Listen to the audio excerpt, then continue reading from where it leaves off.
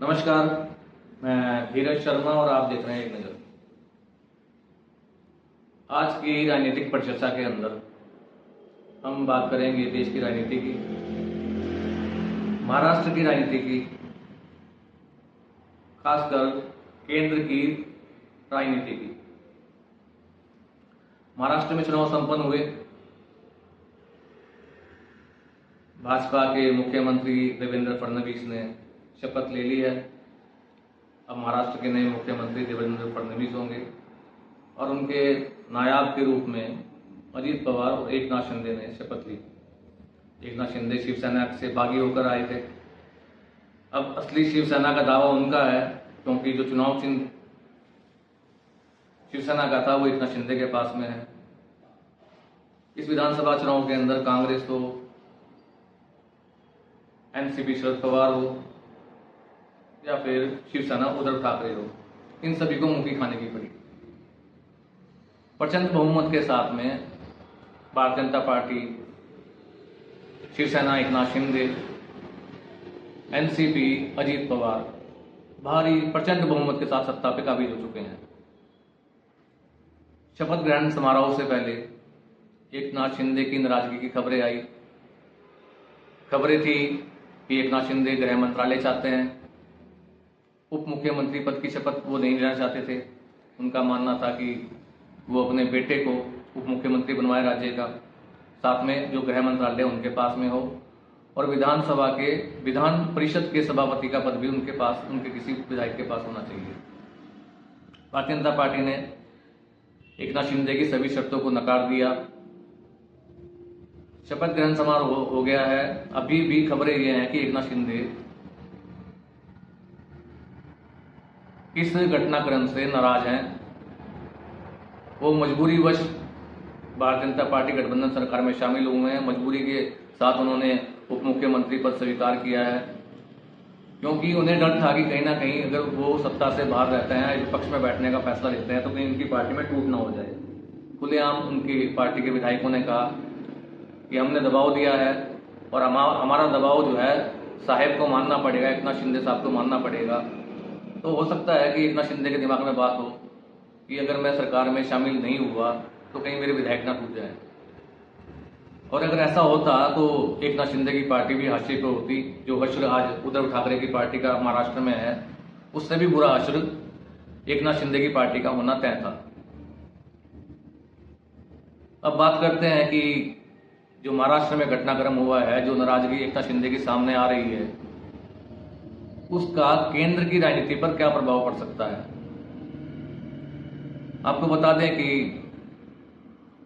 2025 के अंदर दिल्ली में और बिहार में विधानसभा चुनाव होने हैं। दिल्ली के अंदर भारतीय जनता पार्टी और आम आदमी पार्टी बिल्कुल आमने सामने है। कांग्रेस का वहां कोई वजूद नहीं है। तो ये तय है जो मुकाबला होगा दिल्ली के अंदर, वो भारतीय जनता पार्टी का होगा और अरविंद केजरीवाल की आम आदमी पार्टी का होगा। लेकिन बिहार में क्या स्थिति होगी? जो हश्र एकनाथ शिंदे का महाराष्ट्र में हुआ, निश्चित तौर पर उसके बाद नीतीश कुमार के कान खड़े जरूर हुए होंगे। 9 बार नीतीश कुमार बिहार के मुख्यमंत्री पद की शपथ ले चुके हैं। पिछले लगभग 25 वर्ष से वो बिहार की सत्ता पर काबिज हैं। राजनीति के धुरंधर खिलाड़ी हैं। पलटी मारने में मौका देखकर उनसे बड़ा खिलाड़ी आज देश की राजनीति में दूसरा कोई नहीं है। कभी भारतीय जनता पार्टी के साथ, कभी लालू प्रसाद यादव की पार्टी के साथ, आरजेडी के साथ। जो नीतीश कुमार है, उनकी आस्था कब बदल जाए, कब किसके साथ हो जाए या कब किसके खिलाफ हो जाए, ये उनके बारे में अंदाजा लगाना उनकी पार्टी के लोगों के लिए भी मुश्किल है। और अगर जो हालात महाराष्ट्र में बने, 2.5 साल एकनाथ शिंदे मुख्यमंत्री रहे, शिवसेना पार्टी को तोड़कर वो भाजपा के साथ आए थे, उसके बाद क्या असर हुआ ये आपने भी देखा, हमने भी देखा और पूरे देश ने देखा है। हरियाणा में 5 साल दुष्यंत चौटाला के साथ मिलकर भारतीय जनता पार्टी ने सरकार चलाई। बाद में दुष्यंत चौटाला क्या आश्र हुआ ये सब जानते हैं। आज उनके पास एक खुद का कोई विधायक नहीं है। उनके सभी प्रत्याशियों की जमानत जब्त हो गई और उनकी खुद की भी। आपका कश्मीर के अंदर उन्होंने महबूबा मुफ्ती के साथ सरकार बनाई भारतीय जनता पार्टी ने।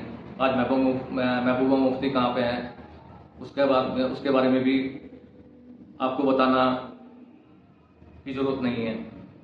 पंजाब में अकाली दल के साथ भारतीय जनता पार्टी ने सरकार बनाई थी, बड़े पुराने सहयोगी थे। आज अकाली दल का क्या आश्र हुआ इसके बारे में भी पूरा देश जानता है। क्या अगला नंबर बिहार में नीतीश कुमार का होने वाला है? तो जो राजनीति के जानकार हैं उनको लगता है कि जो महाराष्ट्र का घटनाक्रम हुआ या जैसे सहयोगी दलों का हाल भाजपा के अलग अलग राज्यों में हुआ है, उससे निश्चित तौर पर चिराग पासवान और नीतीश कुमार के कान जरूर पड़े हुए होंगे। और ये लोग कब पाला बदल लें इसके बारे में निश्चित तौर पर कुछ नहीं कहा जा सकता। अब एकनाथ शिंदे भी नाराज हैं, मौके की तलाश में हैं। एकनाथ शिंदे के पास में 8 सांसद हैं, 12 सांसद नीतीश कुमार के साथ हैं, 4 सांसद चिराग पासवान के पास हैं और 16 सांसद चंद्रबाबू नायडू के साथ में हैं। तो जो राजनीतिक के जानकार हैं वो लगता है कि अगर बगावत की चिंगारी बिहार से विधानसभा चुनाव से पहले उठी तो जो एकनाथ शिंदे हैं, चिराग पासवान हैं और चंद्रबाबू नायडू हैं, ये कब पलटी मार देंगे इसके बारे में नहीं कहा जा सकता। तो 2025 का साल है भारतीय जनता पार्टी की राजनीति के लिए, केंद्र की सत्ता की राजनीति के लिए बड़ा कठिन होने वाला है। अगर बिहार विधानसभा चुनाव से पहले नीतीश कुमार ने पलटी मारी तो निश्चित तौर पर यह कहा जा सकता है कि एकनाथ शिंदे, चिराग पासवान और चंद्रबाबू नायडू कोई बड़ा खेल खेल सकते हैं। और ये हो सकता है कि